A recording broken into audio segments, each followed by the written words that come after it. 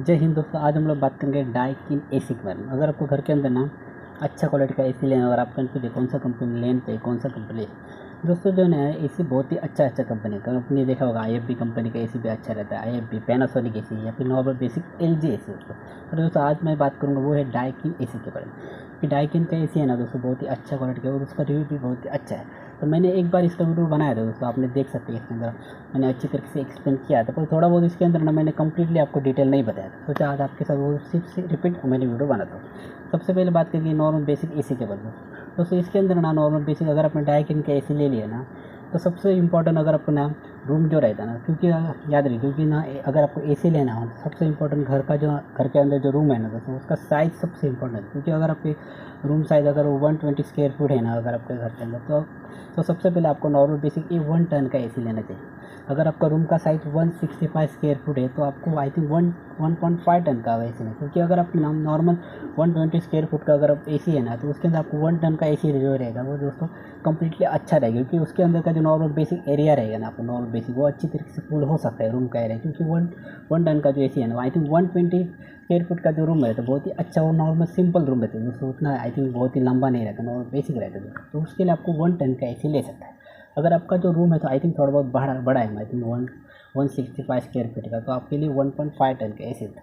और दोस्तों ये जो है ना रूम का साइज़, अगर आपका रूम का साइज़ अच्छी तरीके से क्लियर हो गया ना, तो अगर आपको कन्फ्यूज है मतलब कौन सा कंपनी एसी अच्छा होना चाहिए, क्योंकि वो एसी जो रहता है दोस्तों आप एक ही बार लोगे। क्योंकि आई थिंक एसी जो रहता है आई थिंक एक्सपेंसिव रहता है, आई थिंक 40,000 रहता है, 50,000 रहता है। तो ये जो अमाउंट रहता है दोस्तों बहुत ही बिग अमाउंट रहता है। तो उसके लिए आप कंप्लीटली एक डिटेल वीडियो देखते जाना।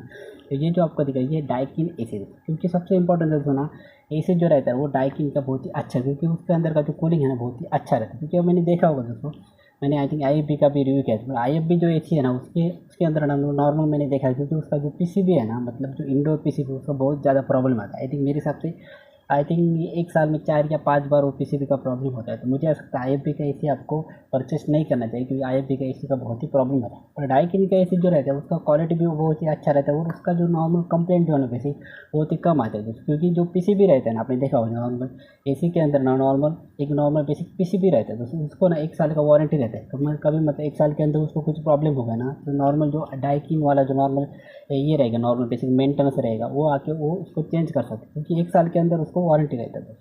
तो मुझे ऐसा लगता है डाइकिन के एसी बहुत ही अच्छा है। वो दोस्तों अच्छी तरीके से वो कूलिंग भी बहुत ही अच्छा है। क्योंकि जो नॉर्मल एसी ना, कभी आपने देखा जो नॉर्मल विंडो एसी रहते हैं वो नॉर्मल बेसिक स्पीड एसी रहता है दोस्तों। तो विंडो जो एसी रहता है ना उसका आई थिंक बहुत ही ज़्यादा साउंड प्रॉब्लम है। क्योंकि देखा होगा जो विंडो एसी जो रहता है उसका ज़्यादा से ज़्यादा साउंड प्रॉब्लम है। और जो नॉर्मल स्पीड जो एसी रहता है दोस्तों, उसका आई थिंक साउंड का प्रॉब्लम नहीं रहता है। मुझे ऐसा लगता है ज़्यादा से ज़्यादा अगर आपको एसी खरीदना हो ना तो आप स्प्लिट एसी खरीद सकते हैं। जो नॉर्मल विंडो एसी है ना वो आई थिंक मेरे हिसाब से उसका जो सेम रहता है, आउटडोर और इंडोर उसका सेम रहता है, उसको कनेक्ट रहता है। कभी आपने देखा होगा जो विंडो एसी रहेगा नॉर्मल बेसिकली विंडो के अंदर उसको हम लोग कनेक्ट कर देते हैं। उसके बाद जो उसका जो आउटडोर रहेगा वो एक ही साइड में कनेक्ट रहता है दोस्तों। और जो स्पीड एसी जो रहता है ना उसका आउटडोर एक साइड में रहेगा और इंडोर आई थिंक रूम के अंदर रहता है, आपने देखा होगा। तो उसका आउटडोर सेपरेट रहेगा। तो विंडो जो एसी रहेगा नॉर्मल सा उसका कनेक्ट रहता है सेम आउटडोर। और जो स्पीड एसी है उसका आउटडोर जो रहता है उसको बाहर रहता है। जो स्पीड एसी जो रहता है वो अगर आप उसको स्विच चालू कर देना तो आपको उतना प्रॉब्लम होगा नहीं। क्योंकि अच्छी तरीके से आपको नॉर्मल बेसिक ठंडा हवा का एक नॉर्मल महसूस होगा। क्योंकि उसका साउंड प्रॉब्लम नहीं है। अगर ब्लोअर के अंदर कुछ प्रॉब्लम हो गया ना, तो ब्लोअर के अंदर जो रहता है ना I think normal speed AC के अंदर ब्लोअर का प्रॉब्लम आई थिंक मेरे हिसाब से 4 या 5 साल के बाद आता है। कभी कभी ब्लोअर ख़राब हो सकता है दोस्तों। तो अभी अगर आपने नया खरीदना है तो 1-2 साल उसको आपको प्रॉब्लम होगा नहीं। तो मुझे ऐसा लगता है अगर आपको डाइक्लीन का एसी है ना आप उसको डेफिनेटली पढ़, क्योंकि उसका कंप्लेंट बहुत ही कम आता है दोस्तों। और ज़्यादा से अच्छी तरह से कूलिंग हो सकता है। अगर आपने नॉर्मल बेसिक IFB कंपनी का जो एसी रहेगा उसका अगर कूलिंग जो नॉर्मल टाइम जो रहता है ना कूलिंग है उसका आई थिंक मेरे हिसाब से 45 मिनट और 1 आवर्स लगता है। मतलब जो IFB का एसी है उसको 1 घंटे में रूम मतलब नॉर्मल कूल होने में आई थिंक 1 घंटा लगता है। और आई थिंक मैंने डाइक्लीन का एसी को देखा है, डाइक्लीन का जो एसी रहता है वो आधा घंटे तक आपको अच्छी तरह से रूम कूल कर सकता है दोस्तों। अगर आपका रूम अच्छी तरह से सही रहेगा आई थिंक 120 स्क्वायर फुट रहेगा तो आप उसको 1 टन का एसी लीजिए। अगर आपका रूम 165 स्क्वायर फुट है तो आप उसको 1.5 टन का भी एसी दो।